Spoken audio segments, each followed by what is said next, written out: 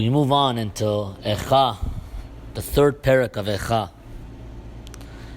And this parak, we obviously most likely won't be spending as much time on every pasuk individually as we did in other parakim, since this parak has triple the amount of pasukim. It's 66 pasukim, although the pasukim are shorter. And this parak, in a way, is the climax of the entire sefer. And we do have the aleph bet, like we had in the other parakim too. The parak does go by the aleph bet, aleph to taf, but it's 3 times, meaning each 3 pesukim have the same letter. Similar to parak kuf yutet in Tehillim, where it's 7 times. Each parak is 7 times the same letter. And we'll see in the middle of the parak there's a turning point of the mekonen, there's a change in tone. We'll see when we get there. And really the central theme in this parak is a very different theme. You see, in all the other parakim, the parak began with the word Eicha. How? How could it have been? But this parak, Yirmiyahu, the Mekonen, begins with the word Ani. And many Mefarshim, Rashi, right on the spot says Ani. Who's I? Rashi says it refers to Yirmiyahu. And that's the way of Rashi. He likes to do that throughout Tanakh. He'll give you the obvious answer that yes, it's referring to Yirmiyahu Navi. It's a theme he has throughout Tanakh. However, the question, many Mefarshim say that yes, obviously it's Yirmiyahu because he's the one writing it. But they say that the theme of this parak is really about grappling with difficulties in life and times when we could strengthen our emunah. And the Ani refers to each one of us. Each one of us goes through problems in our life. And as we go through the parak, we're going to read through it and we're going to say, hey, I go through that. I have those problems. What Yirmiyahu is saying, I go through. And it's going to talk to us. And that's what the Ani is referring to. And that's why this is the climax of all of Eicha. The most relatable parak is this parak. And if you read Yirmiyahu in his own Sefer Yirmiyahu, in that Sefer, Yirmiyahu sort of complains to Hashem and he says, listen, all the other Nevi'im, they got up on the soapbox, they got up in the center of the city and they used to scream at Bnei Israel. But nothing really used to happen to them. But me, I would get up in the soapbox in the city and scream to Bnei Israel, and they wanted to stone me, they wanted to put me in jail, they wanted to kill me. And not only that, I had to witness the destruction of the Bet HaMikdash. So I've been through a lot. And that's what Yirmiyahu is saying in this first pasuk. Ani HaGever, I'm the guy. Ra'uni, I've seen all the trouble and the pain and the suffering. B'shevet Evrato, with the staff of Hashem, with his staff of anger. I've seen it all. I've seen the worst of what's been happening. The pasuk goes on and says, pasuk bet, Oti Nahag, God has led me. He's been my driver. Vayolach choshech velo or, but He's led me into darkness and no light. It's a never-ending darkness. It just keeps getting bad, keeps getting worse. Ach bi yashuv, only on me. Yafoch yado kol hayom, only on me does these things come down on. Does He constantly bring His hand down and cause suffering? Ach bi, only on me does He do this too. It seems like it's picking on me. Pasuk Dalet, bila b'sari v'ori. My skin, my flesh is bila, it's becoming worn out. Shibaras motai. Not only is He wearing out my skin, He's breaking my bones too. Bana alai. He's built me up, right? All around me, He's building up vayakef, and He's surrounding me rosh utla'ah with all different problems and sufferings. And the Midrash says that this is referring to Rosh is referring to, the Midrash says, refers to Nebuchadnezzar, and Utla'ah refers to Nebuzaradan, who was the general for Nebuchadnezzar. Pasuk Vav, B'machashakim hoshiveni. In the darkness He has placed me. I'm dwelling in darkness. He's made me dwell there. Kimete olam, like the people who are dead, like the dead people of the world, the people who are eternally dead. And on this pasuk, if we look at the Gemara in Nidarim, Samach Daled, the Gemara says, on this pasuk, the Gemara refers to 4 people that are considered met, dead. Amar Bishua ben Levi, Kol Adam she'en lo banim chashu kamet. Anybody who doesn't have any kids is considered like a dead person. And then the Gemara says also a mitzorah is considered like a dead person. Someone who is poor is considered like a dead person. And the Gemara says a suma is considered, someone who's blind is considered like a dead person. From our pasuk, Machashakim oshiveni, He's placed me in the darkness. Kimete olam, I'm in darkness, I can't see. I'm in darkness, I can't see anything. I'm like a dead person. And if we look at the Gemara in Sanhedrin, Daf Chaf Daled, the Gemara explains over there what exactly the Gemara says. My Bavel. What does it mean? We learn every day Talmud Bavli, the Babylonian Talmud. What does that mean? Bavel. Amar Rabbi Yochanan. Rabbi Yochanan says Bilula. It's a language of mixed. Bilula b'Mishnah, Mikra, Mishnah, and Talmud. It's mixed. It has Chumash, has Mishnayot, and has Gemara. It has everything in there. Send the Gemara further and says, "B'machashakim oshiveni kimete olam." He's placed me in darkness like the eternally dead people. Amar Rabbi Yirmiyah, Zeh Talmudah shel Bavel. This is referring to the Babylonian Talmud. That our Talmud is not as clear, apparently, as the Yerushalmi Talmud, and that's what's considered. It's considered like a dark Talmud. Gemara says, but in the bigger context, Yirmiyah is really saying is, it's like He's placing me in the darkness and they're just beating me up. Yirmiyahu goes further and says, Pasuk Zayin, Gadar Ba'adi. He's made a fence around me. He's made a wall around me. So I'm sort of like in jail. V'lo etzeh, I can't get out. He's placed guards and armies around me, people that are ambushing me, so I can't even get out of this fence. Hichbid nechashti. He's weighed me down with these chains. He's put chains on my feet that I can't even leave. I'm totally locked in. Then the pasuk says, in pasuk chet, Gam ki ezak v'ashaveya. Also when I cry and scream out to Hashem, Satam tefilati. He's clogged up my tefillah. He's closed up. When I pray, you would think, okay, let me pray. Even when I pray, it's clogged up. There's nothing for me to do. And here is the famous Gemara in Brachot Lamed Bet, Brachot 32. The Gemara quotes this pasuk, and the Gemara says, "V'amar Rabbi Lazar miyom shecharab Bet Hamikdash." From the day the Bet Hamikdash was destroyed, ninalu sharet tefillah. The gates of tefillah were destroyed. Says the Gemara, and they quote our pasuk, Gam ki ezak v'ashavei satam tefilati. Says the Gemara, but even though the sharet tefillah were closed, sharet imalon inalu, the gates of tears were not closed. If you cry out with tears, God will listen to you. Asks Reb Dessler, if I cry with tears, so it'll always go through, why do I need gates?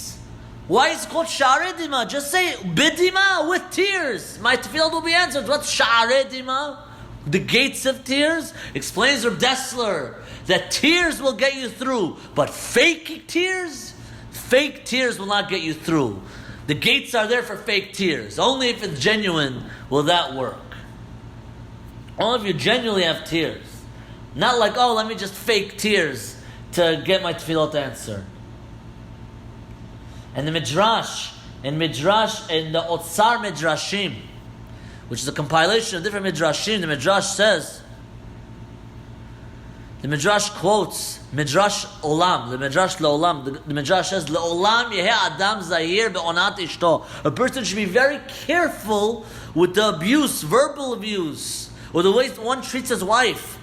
Says the Midrash, because women are naturally, they cry, they're more emotional, so they cry. So onata krova or ona'ah is very easy to cause her to cry. And if you cause her to cry, anything she davens for, it becomes a real et ratzon for her, and it can be a very dangerous time for someone who is causing her to cry. So someone should be very zahir with the ona'ah of his wife. And the Midrash quotes our pasuk that the woman gets answered. Hashem gets answers with the dimaot. El dimati el techrash. God does not ignore or remain silent to our tears. Pasuk tet. The pasuk says, Gadar derachai begazit. God has closed off our path begazit, with a large stone. He's blocked us from going anywhere. Netivotai iva. Our path has become crooked. That means that God, if I'm trying to get out of my rote, out of my normal way, I can't just go out with the normal path. B'derech yishara, the straight path, because the enemies are there. I got to go through some crooked way. It's become like a maze. Says pasuk Yud. And honestly, if you look at this pasuk, what until now, or even continuing, the one word that's missing through this entire parak is Hashem. He's referring to some person, somebody has blocked his path. Whenever I scream, I'm not answered. He's placed me in the darkness. Who? He doesn't mention Hashem. Because sort of when you mention the word God, that shows that you believe in God. It's always funny. In my school, when you ask, there's a lot of atheist doctors, and you ask them, how are you doing? How's your day going? They say, thank God. I was like, a doctor, I thought you don't believe in God. Just a statement. It doesn't literally mean God. But Yirmiyahu is telling you that if you say God, it means you're acknowledging God. So Yirmiyahu felt very distant. He couldn't even mention Hashem's name. Because mentioning Hashem's name is the first level. You realize it's from Hashem. That's a level of emunah. It says Pasuk Yud, Dov Orev Huli. He became like a bear that's ambushing me. Aribim Mistarim, a lion waiting in hiding. And the Midrash again here says that Dov refers to the Persians. The Persians are like bears. Ari is referring to Nebuchadnezzar, Bavel. And it seems like here again, like, oh God, like He's ambushing us. It seems like He's making it like all this is being done illogically. And that's like problems that we have in life. It seems like it's illogical. Why is this happening to me? It makes no sense. I'm doing everything fine. It was just an ambush. You're just ambushing me. He's out there to get me. Derachai sorer. My path, He's placed a lot of sorer. He's placed a lot of thorns. Vayifashacheni. And I had to spread out my legs. Because when you're walking in a road that has a lot of thorns and everything, you can't just walk straight. You got to keep... You spread out your legs this way, that way, to avoid the thorns. Samani shomem. He's left me in a state of shomema, in darkness, numb, forlorn. Pasuk Yud Bet. Darach kashto. He has trampled on his bow. Vaitziveni, and He's made me into the target. It's like someone who's using his bow and he uses a target to practice on. So kamatara lachetz, like a target for his bow and arrows that he keeps shooting. I've become this target. However, the Midrash says, Midrash Tanchuma, in the beginning of Parshat Nitzavim, has a very interesting point over there. The Midrash Tanchuma, it's a very weird place for the Midrash, because the Midrash really going on a pasuk in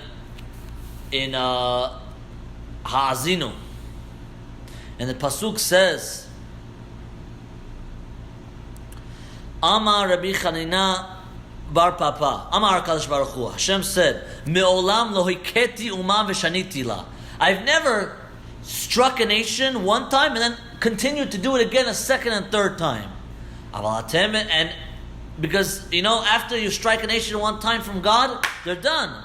Says the Midrash, Atem b'nei Yaakov, but you guys, b'nei Yaakov, lo chilitem, quoting a pasuk in Malachi. You guys, as much as I strike you guys will never be annihilated. Shneimar chitzai achale bam. My arrows, I will finish at them. And explains the Midrash, chitzai kalin, my arrows will end. Vehen enam kalin, but they will never end. V'kach amra Knesset Israel, and so too is said by Bnei Yisrael, Darak Chashova Yitziveni, our pasuk. And the Midrash quotes a mashal, is a mashal to a strong guy that's holding a beam, and everybody was throwing arrows at him. But the guy was so strong that the arrows were bouncing off the strong guy, and people were out of arrows. But the beam was standing in its place. Says the Midrash, Af Yisrael calls the man Shayisurin Bain Alhem, as long as Yisurin is coming on them, Hayisurin Kalin, the Yisurin will end. Ve'en bin Komam Omdim Beinan Kalin, but they will continue to last throughout the generations. And that's what Rabbi Yaakov Emden says, the greatest nest, greater than Kriyat Yam Suf, which we consider the greatest nest, greater than that, says Rabbi Yaakov Emden, is the establishment and the survival of the Jewish nation throughout all these years. Continuing, Pasuk Yud Gimel. Pasuk Yud Gimel says, Hevi b'chilyotai. He has shot all these arrows into my innards, into my insides. Chilyotai, my inside vital organs. B'nei ashpato.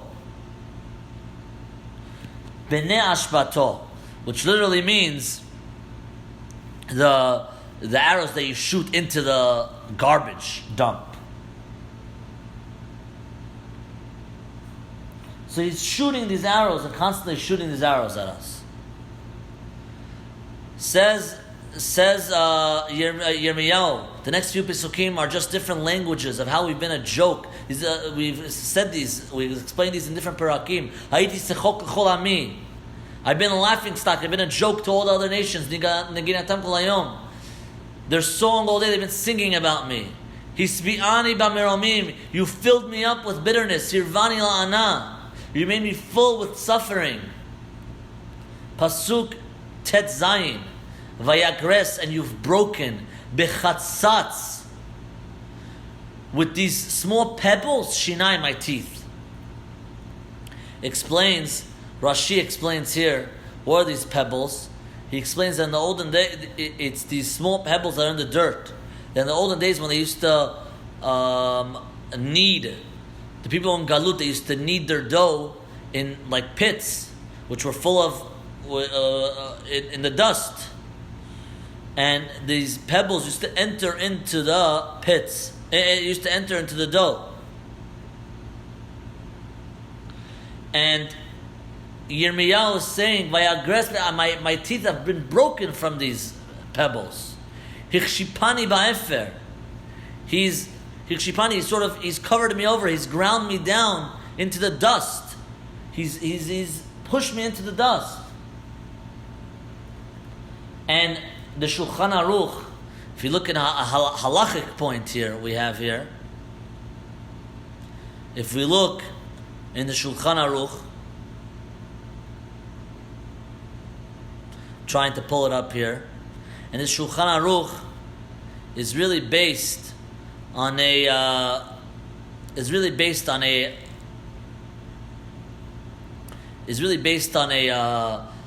Yerushalmi, Gemara Yerushalmi, and Ta'anit Daf Chaf Vav Amud Aleph.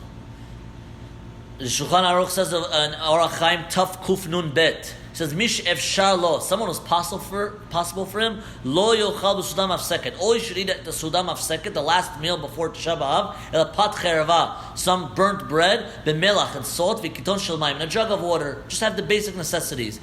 Says the Rama, V'Yesh Machrim, some are Machbir, to dip their bread, L'Tabel Achar Achila Pat Ba'efer, to dip their after they're finished eating, dip some bread into ashes. Ulochlo al sham, and to eat it like that, their bread and ashes. Al shem our pasuk. Our pasuk that says vayagres bechatzat shinai. My teeth were ground down. Ichshipani ba'efer. He threw me into the dust. So therefore, into the ashes. So therefore, because of that, they do this. They eat it like this. And this Ramah is based on Rav himself. The Gemara in Yerushalmi, Tanit Chavav, when Aleph look it up, says Rav would do this. He would put his bread in ash. Explains Pasuk Yud Zayin. The Pasuk says over there, Vatiznach mishalom nafshi. I've given up from having any peace in my life. My soul gave up on that. Nashiti tova, I forgot what even good was.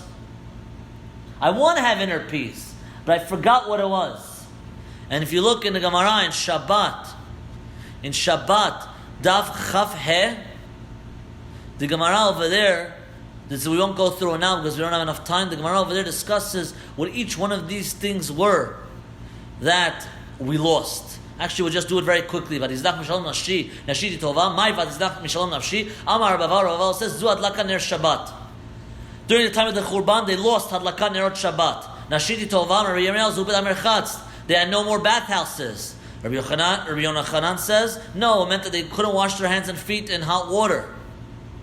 Rabbi Yitzchak Nafcha says they didn't have any nice beds or nice clothing. Different explanations that they lost during the time of the Churban. Va'omar, and here is a crushing pasuk. Yirmiyahu says, Avad nitzchi. I said I've lost all hope. V'tochalti me'Hashem. I said my strength, nitzchi, my strength is gone because of all my troubles, and all my hope is lost. When you lose hope, that's a big problem. And this is the first time he mentions Hashem. He says, Va'omar avad nitzchi v'tochalti me'Adonai. He mentioned Hashem's name, and as we said, when you mention Hashem's name, even in the negative, it means you have emunah. And once you have emunah, things start turning the other way around. As we'll see. The next pasuk continues, Zechor onyi umrudi. Now he starts praying to Hashem, please remember my punishment and my misery. La'ana varosh. All the pain that I've been going through. Zachor tiskor. Please remember. V'tishkach. And v'tazachor tiskor. Please remember v'tashoach alay nafshi. Remember how I've been humbled. And the Rashi explains over here, it quotes from the Midrash, Zachor tiskor. Rashi explains, I know that you're going to end up remembering. Zachor tiskor, I know you'll remember. Aval tashoach alay nafshi. But in the meantime, until that time, it's hard for me to wait. And that's why, tashoach alay nafshi, I've been humbled. And now we turn to a more positive tone. And this is the climax. The climax of all of Eicha is in these psukim. The positive psukim, in the worst perek, it gets positive. Zot ashiv elibi. After he says, I've lost all hope, he says, however, this I will remember. Al ken ochil. Therefore I have hope. What am I going to remember that I have hope? Even though he said I lost hope, he says, no, I really do have hope. Chasdei Adonai ki lo tamno. The chesed of Hashem has never ended. Ki lo chalu rachamav. His rachamim does not end. And one explanation we said was that his chesed does not end, but another way to explain the pasuk is Chasdei Hashem. The chesed of Hashem is ki lo tamnu. We will never perish. Bnei Yisrael will never be gone. As we said from Rabbi Yaakov Enden, even with our averot, we will still never perish. Chadashim la bekarim rabba emunatecha. They become new every morning. Chadashim la bekarim chadesh b'tova b'chol yom tamin ma'aseh v'reshit. Every day your chesed gets renewed. Rabba emunatecha. Rashi explains over here. Remember, you think Rabba emunatecha. It's very similar to what we say every morning. Modeh ani lefanecha melech havagayam shechazarta b'nishmati b'chemla Rabba emunatecha. So Rashi explains that to mean that great is your promise that you've promised us that you're going to do great for us, and you're going to redeem us, great is that promise. We have such emunah in you because of that promise. But another way to explain the pasuk is, you have to put a space. Rabbah, great, emunatecha, is God's faith in us. We wake up every morning. What's to say that we're going to succeed? God has faith in us that we will succeed. Emunatecha, God's emunah in us is great. And He knows that we're going to succeed every day. And the last pasuk we'll do for today. Pasuk says, Chelki Adonai, Omran Avshi. My soul screams out and says, God, you are my chelik, you are my portion. And therefore, since God is my portion, Al ken ochilo, therefore I hope to Him. And therefore, once we have positive thoughts and we hope to Hashem, positive things will happen. And B'ezrat Hashem, Yiratzon should be zocheh for that. And next time we'll go further in Eicha. Have a good day.